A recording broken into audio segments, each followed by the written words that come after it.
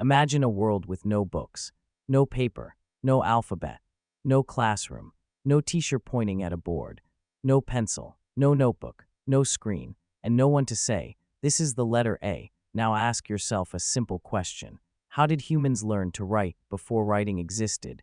It sounds like a puzzle, because today, writing feels normal. A child sees letters on a wall, letters in books, letters on phones, letters on cereal boxes, letters on street signs, letters everywhere. So we imagine ancient people learning in the same way.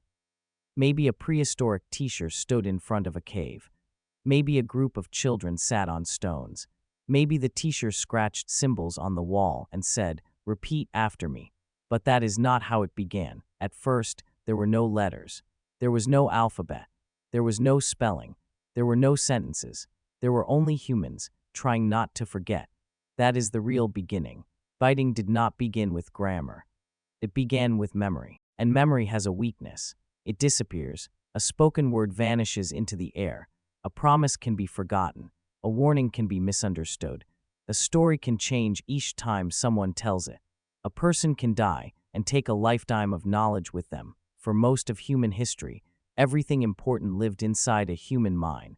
Where the river was, which berries were safe, which animals were dangerous, which paths led home, who ate food to whom, who owed something, who could be trusted, what happened last winter, what the old people knew.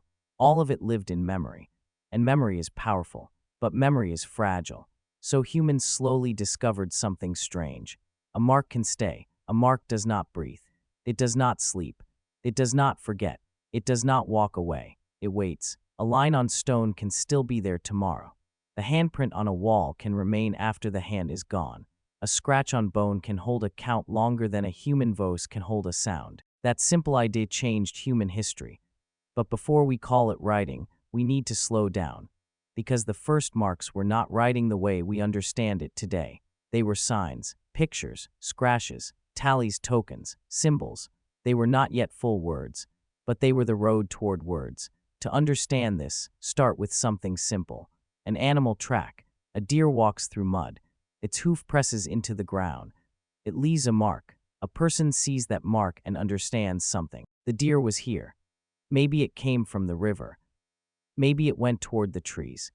Maybe it passed recently. The mark gives information, but the deer did not mean to communicate. The deer was not writing. The track was accidental. Humans did something different. Humans made marks on purpose. That is the key difference. A person looked at the world and thought, "I want this to mean something." One line could mean one animal. 2 lines could mean 2 animals. 3 lines could mean 3. A circle could mean a place. A simple shape could mean food. A handprint could mean, "I was here." A picture of an animal could mean, "Remember this animal." At first, the marks were simple, but the idea behind them was huge. A thought could leave the body. An idea could move from the mind to the wall. A memory could become visible. That may sound small, but it is one of the strangest things humans ever learned to do. Because before marks, an idea needed a living person. Someone had to remember it. Someone had to speak it. Someone had to be there. But after marks, an idea could wait alone. It could sit on stone. It could sit on bone. It could sit in clay. And another person could see it later. That is the beginning of shared memory. A brain can forget. A mouth can lie. A witness can leave. But a mark stays. It does not prove everything. They can still be misunderstood. But it gives the group something to point at. Something aside the body. Something everyone can see. This is where learning begins. Not with a textbook. Not with a classroom. But with attention. A child watches an adult make a mark. The adult points. The child looks. The adult repeats the mark. The child tries to copy it. The first attempt is messy. The next attempt is better. The child learns that this shape is not random. It has a use. It holds meaning, and meaning is not inside the mark alone. Meaning is inside the agreement. One person can draw a line, but if no one else understands it, it is just a line. A symbol becomes powerful when people share it. When one person makes it, another person understands it. A child copies it. A group trusts it. That is the hidden mechanism. Mark, repeat, share, teach, trust. This is not only about intelligence. Many animals are intelligent. Crows can solve problems. Dolphins can communicate. Chimpanzees can use tools. Wolves can cooperate. Elephants can remember. But humans began doing something different. They built memory outside themselves. They did not only learn from experience. They learned from signs, from stories, from warnings, from marks left by other people. This allowed knowledge to travel, not just from one person to another, but from one generation to the next. Imagine a small group near a river. One person finds animal tracks near the water. He cannot carry the river back to camp. He cannot carry the tracks. He cannot carry the exact moment, but he can draw something. A simple river line, a simple track mark, a simple arrow. Now the group can see what he saw. The idea has left one skull. Now it belongs to the group. That is huge, because one human is limited. One human sees only one place. One human remembers only so much. One human dies, but a group with shared memory becomes something larger. It becomes a learning machine.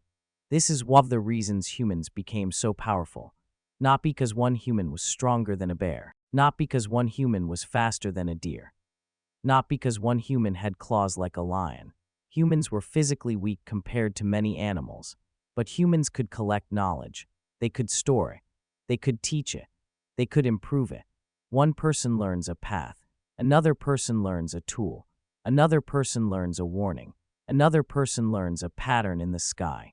Then the group passes these things forward. Slowly, knowledge grows, not inside one mind, but between many minds. That is collective learning, and marks help make collective learning stronger. Over time, simple marks became more organized. A dot was not just a dot. A line was not just a line. A shape was not just a shape. A mark could stand for a thing. A mark could stand for a number.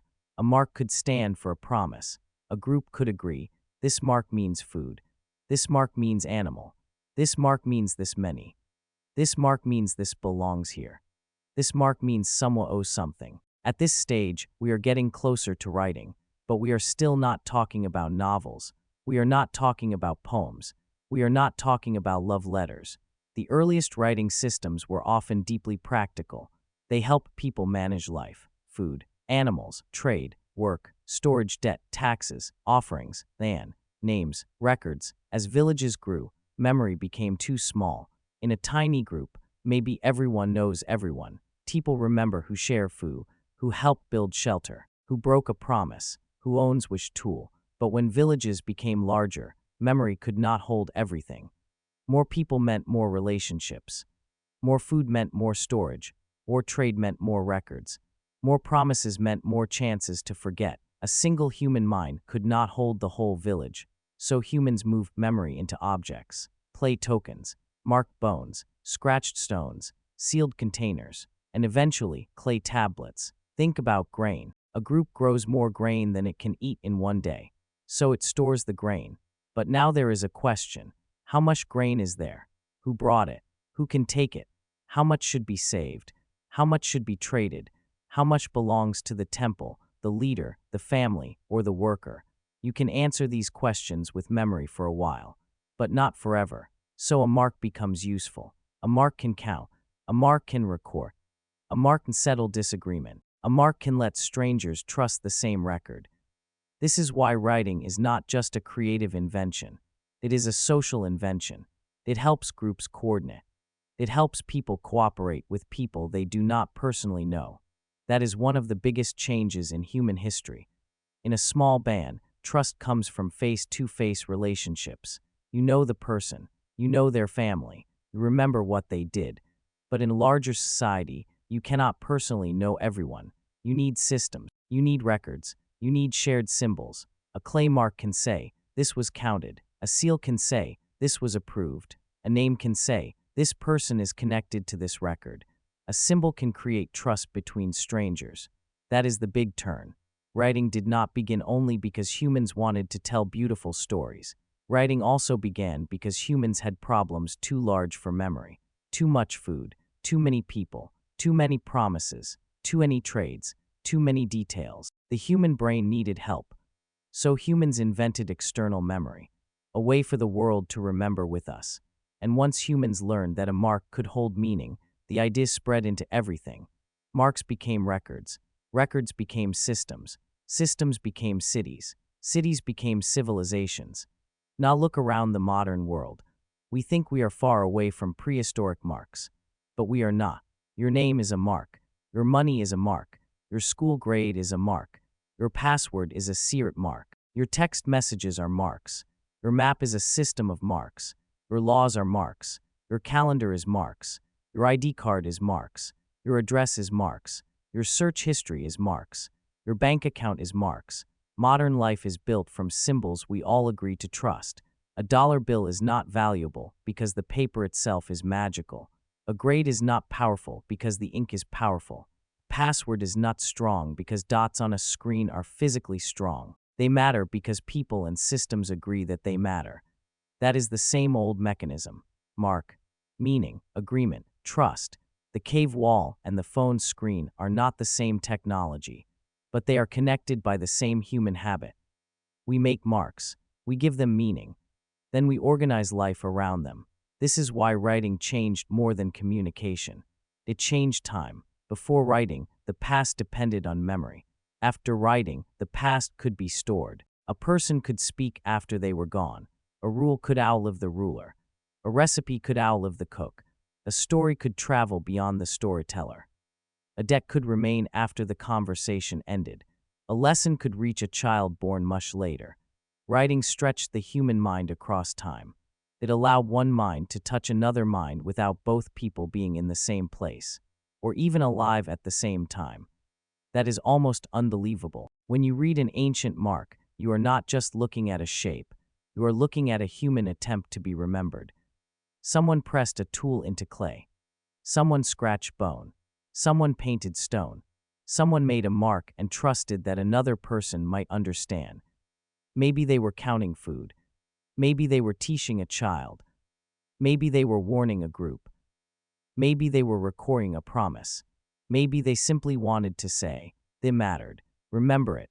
And that is why the story of writing is really the story of human weakness becoming human strength. We forget, so we make records. We disagree, so we make shared signs. We die, so we leave messages. We are small, so we build systems larger than one body.